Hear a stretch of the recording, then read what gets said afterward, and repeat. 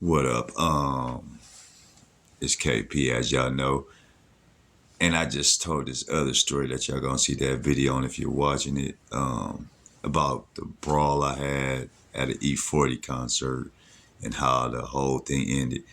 But as I said, I had mentioned another story on how some fools followed me for miles and then they ended up shooting at me.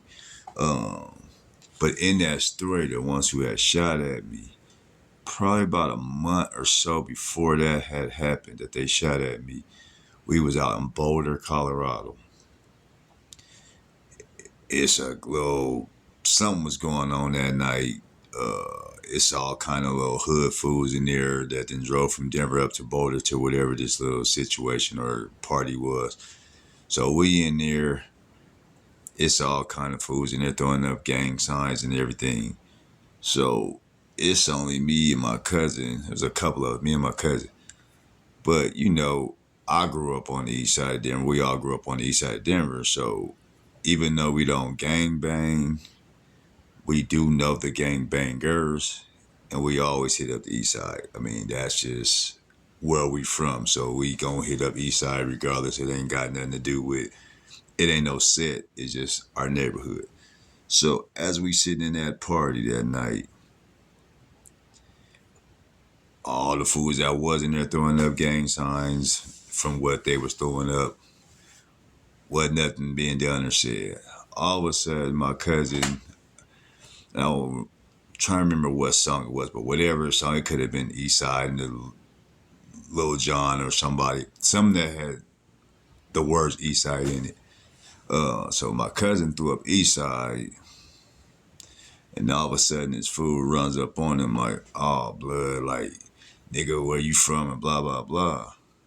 So we still sitting there like, nigga, ain't nobody on that gang banging stuff. Get out of here with all that bull crap. He steady talking stuff, him and his boys. They still talk stuff, blood this, blood that. And I had to finally ask the fool, I said, hold on. There's plenty of niggas in here throwing up gang signs. What made you come over here, you know what I'm saying, start tripping with, I mean, it was with my cousin. What made you trip with the one who wasn't throwing up a gang sign or whatever? So he steady just talking. So if anybody know me, and people that know me in the streets of Denver, they know my fuse is this short, and I ain't gonna talk nothing but this amount. Um, but you know what I'm saying? If you gonna talk crazy and talk tough and all that, trust me, I ain't never bowed out from no fight. I done been in a lot of fights. I've kind of mentioned that before too. So this fool kept running his mouth. So all of a sudden, gets punched in his mouth. Gets punched in his mouth. He falls all out, falling through the club. I went to go rush him. He takes off running. He took off running. His boys disappeared too with him because now it's finna be fight time. So they didn't took off running. I don't know where his boys went. We looking for him. Oh boy, I didn't punch him in his mouth. He disappears. Now we get outside because I think the thing had ended or something. So we going towards the car.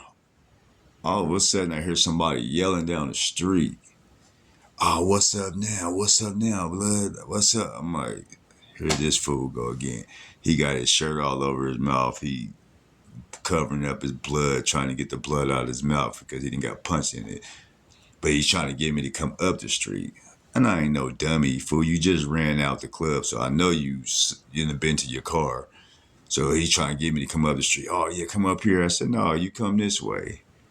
So he didn't come my way. I wasn't finna go his way. But I ain't stupid. Again, I was raised in the streets, and I know the streets, and I know how fools think. So I didn't ever go up that way. We never went that way. Stuff was over to me, so I ended up leaving, going our way. But again, that's what led to the part where, as I said, now we was back in Denver when they did follow me, and I didn't even know they was at this club that we was at. I never went in the club. I'm sitting outside parking lot pimping, talking to my cousins and all that, whatever. So what? But that's how they ended up, I guess, spotting me while I was sitting in my truck.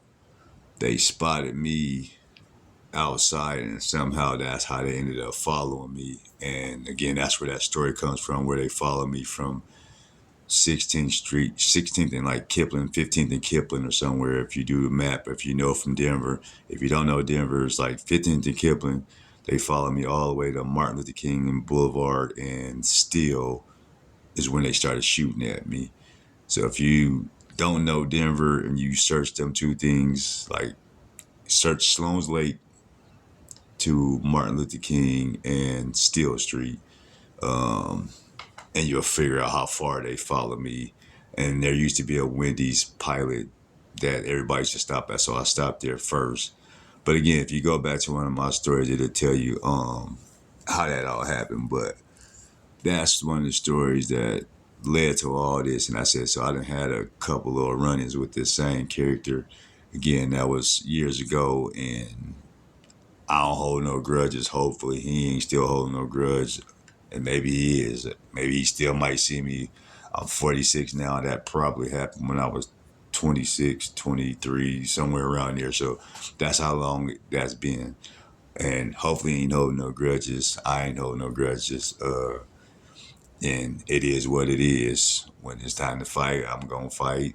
And everybody I have fought, once I got done fighting you, and after I done put a couple knots in your head or whatever, how the case may be, um, I was over it right in. I would shake your hand and be cool with you. But again, that's just one of them stories. Peace.